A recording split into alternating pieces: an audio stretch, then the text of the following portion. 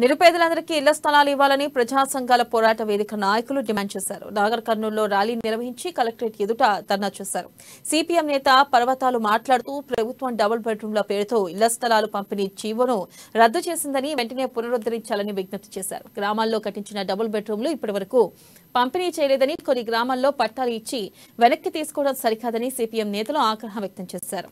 ఇక నిరుపేదలకు స్థలం కేటాయించి గృహలక్ష్మి ద్వారా 3 లక్షలు ఇవ్వాలని డిమాండ్ చేస్తున్నారు.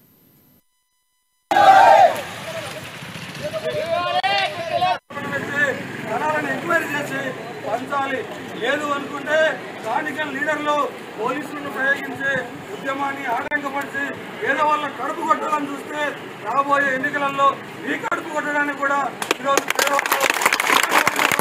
కాబట్టి ఈరోజు నీవు పట్టాలు ఇస్తే రాజకీయ ప్రయోజనం నెరవేరుతుంది. ఈరోజు 100 రూపాయలు ఇచ్చో కార్డు ఇచ్చో కాకుండా ఇంటి జాగాలు ఇచ్చి ఓట్లు అడిగితే ఈ ఎన్నికలనే ఉంటారు.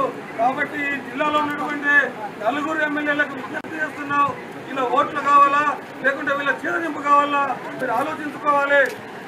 కాబట్టి ఈరోజు రాజకీయంగా మీరు నిర్ణయం తీసుకుంటేనే అధికారులు నిర్ణయాన్ని అమలు చేస్తారు. కాబట్టి ఈ ఎమ్మెల్యేలకు కూడా కలుస్తాం. ఇది ఈ జిల్లాలో ఉన్నటువంటి ఏ నియోజకవర్గంలో ఎక్కడెక్కడ పెండింగ్లో ఉన్నాయో అవన్నీ నియోజకవర్గ ఎమ్మెల్యేలను కూడా కలుస్తాం. వాళ్ళే వచ్చి వాళ్ళే పట్టాలు ఇచ్చి వాళ్ళే ముందుకు వచ్చిన ఇబ్బంది లేదు. అటువంటి దానికి